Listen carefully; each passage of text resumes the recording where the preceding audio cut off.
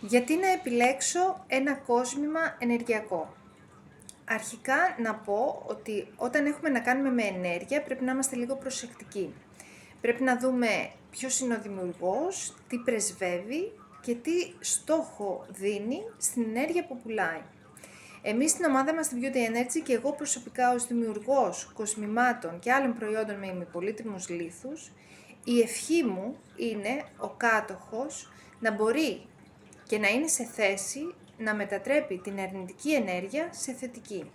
Την αρνητική ενέργεια που έχει υιοθετήσει ο ίδιος συνειδητά ή υποσυνείδητα όλα αυτά τα χρόνια, είτε υπάρχει στο περιβάλλον του και δεν ξέρει τον τρόπο να προφυλάξει τον εαυτό του.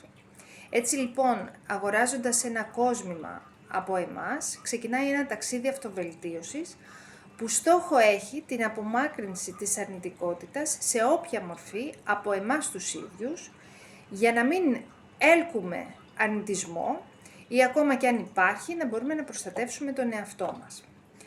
Αυτό αποτελεσματικότερα γίνεται παράλληλα με τη συμβουλευτική μας υπηρεσία, την οποία την κάνουμε μαζί και παίρνοντας περιστατικά που μας δημιουργούν δυσαρμονία στην ενέργειά μας, είτε από ανθρώπους, είτε από καταστάσεις, είτε από ενέργεια, είτε ακόμα και από την επαφή μας με το καρμικό μας πρόσωπο, που εκεί ξεκάθαρα μας δείχνει τι είναι αυτό που πρέπει να απελευθερώσουμε και τι είναι αυτό που πρέπει να θεραπεύσουμε.